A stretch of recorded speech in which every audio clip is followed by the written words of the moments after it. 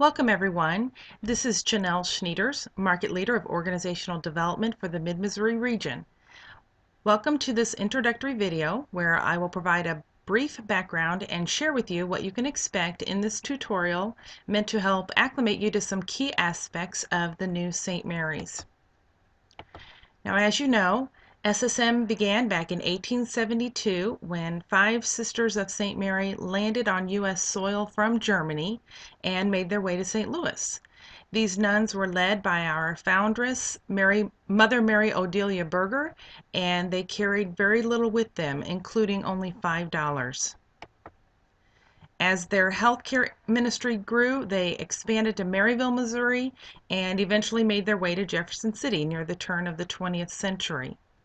Our cornerstone is dated 1904, and St. Mary's was christened in 1905 by then Archbishop John J. Glennon. And I'm sure many of you recognize that name, as our children's hospital in St. Louis is named after him, Cardinal Glennon. Even though SSM's mission statement and values were not even developed yet, the Sisters of St. Mary were always guided by them. And everyone's familiar with our mission statement, which is, through our exceptional healthcare services, we reveal the healing presence of God.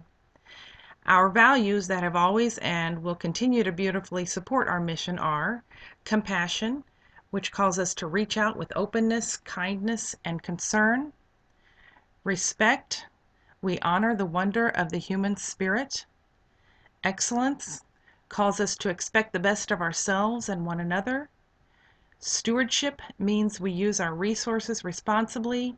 And community, we cultivate relationships that inspire us to serve.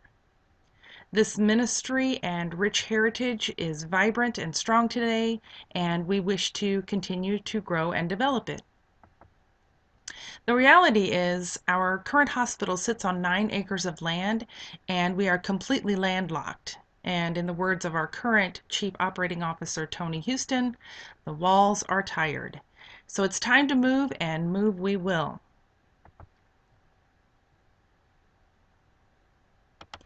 Back in 2004, 110 acres of land were purchased in a section off Highway 179, and after several delays, we finally broke ground on July 2012.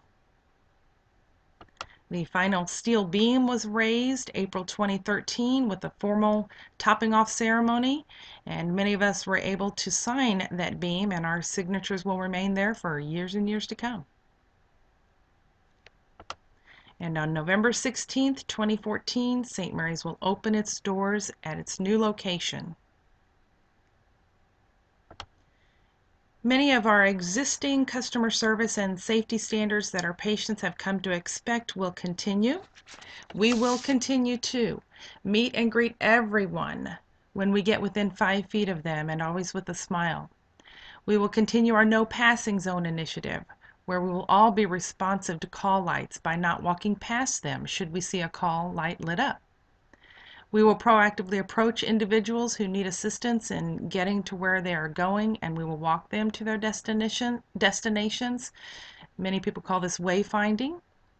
We will continue to manage up our coworkers, complimenting each other, for example, during shift change report, giving our patients peace of mind and knowing that they are in good hands and will indeed be well taken care of by quality, experienced, and compassionate caregivers. We will follow the GREAT acronym when introducing ourselves, where we greet, introduce, explain, ask, and thank. We will practice exceptional hand hygiene and protocols, always foaming in and out of patient rooms, when entering the cafe, and before, between, and after gloving. We will wash our hands with soap and water when they're visibly soiled, in the presence of C. difficile, after using restrooms, etc., etc. And we will speak up if something doesn't look right or feel right, if it doesn't seem ethical, or if it seems like a mistake or an accident waiting to happen. So this is just a small sampling of the many best practices that will continue when we move to the new St. Mary's. So what will change? Our entire work environment. Everything from our route and drive to work to where we will hang up our coats, where supplies will be located, even how we fill our food trays in the cafe. You name it, It will look, sound, and feel different. One important initiative that will change will be our promise to our patients. What will our promise to be our patient's partner in health look like? Know that there will be more to come on this topic. It's just simply outside of this learning module for now. So let's concentrate on getting acclimated to some of the key areas and features of the new St. Mary's. For example, where will the primary services be located? What will these areas be called? For instance, the areas 2 South and 4 North made sense in our current hospital, not so much in the new hospital. What is the basic layout of a patient room? Where do we park? What are the names of the parking lots and where will visitors park? Lastly, what are some of the special features of the new hospital? All of these questions will be answered in this module. Soon we will walk into an even better St. Mary's than the one that we already have. Let's do it with confidence by getting acclimated to our surroundings before we get there.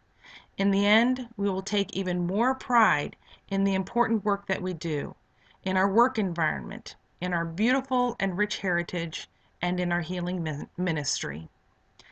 Thank you for taking the time to complete this course.